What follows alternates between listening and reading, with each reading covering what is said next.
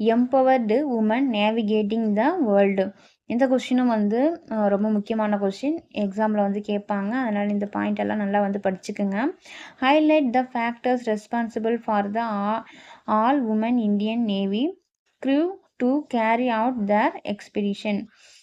இது பார்த்தீங்கன்னா இந்த லேட் ப்ளூமர்ஸ்க்கான பேராகிராஃபு. ரொம்ப பெரிய கொஸ்டின் படிக்க முடியாதுங்க. இதை வந்து படிச்சுக்குங்க.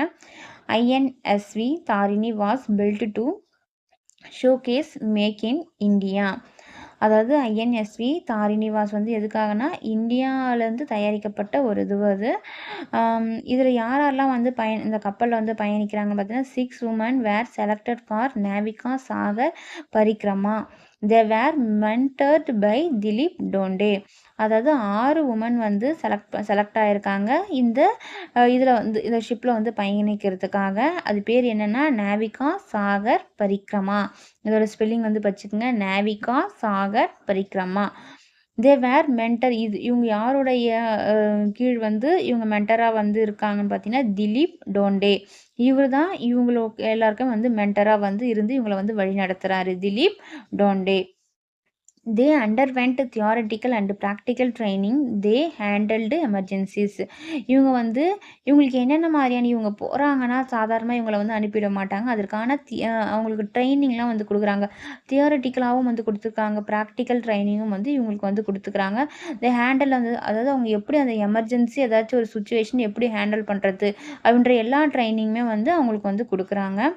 They started from Goa on 10th September 2017.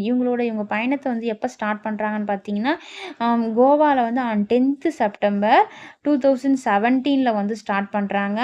They returned on 21st May 2018 after 254 days. இப்போ எப்போ இவங்க ரிட்டன் ஆகிறாங்கன்னா அந்த பயணம் முடிஞ்சு 21st மே வந்து ரிட்டர்ன் ஆகிறாங்க. 2018 2017 செப்டம்பரில் போனவங்க மே 2018 வந்து ரிட்டர்ன் ஆகிறாங்க. எத்தனை நாள் இருந்திருக்காங்கன்னு பார்த்தீங்கன்னா 254 days வந்து அவங்க அந்த இடத்துல பயணிச்சிருக்காங்க.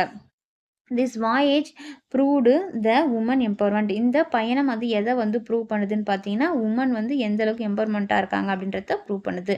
இதுதான் உமன் எம்பவர்மெண்ட். அதுக்கான ஆன்சர் இது 2-3 தடவை ரீட் பண்ணி பார்த்துட்டு நீங்கள் எழுதி பாருங்கள்.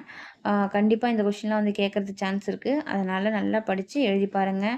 லாஸ்ட்டு மினிட் உங்களுக்கு டைம் உங்களுக்கு இன்னும் 1 மந்த்து கூட இல்லை. அதனால் ரொம்ப வந்து ஃபுல்லாக படித்து உங்களுக்கு மறந்து போய் இதுக்கப்புறம் நான் இப்போ தான் நான் படிக்க போகிறேன் அப்படின்றவங்க அது ஃபுல்லாக படிக்கிறதுக்கு பேராகிராஃப்லாம் வந்து உங்களுக்கு ரொம்ப கஷ்டமாக இருக்குது அப்படின்னு ஃபீல் பண்ணிங்கன்னா இந்த மாதிரி ஷார்ட்டாக வந்து படித்து 2-3 தடவை எழுதி பார்த்தீங்கன்னா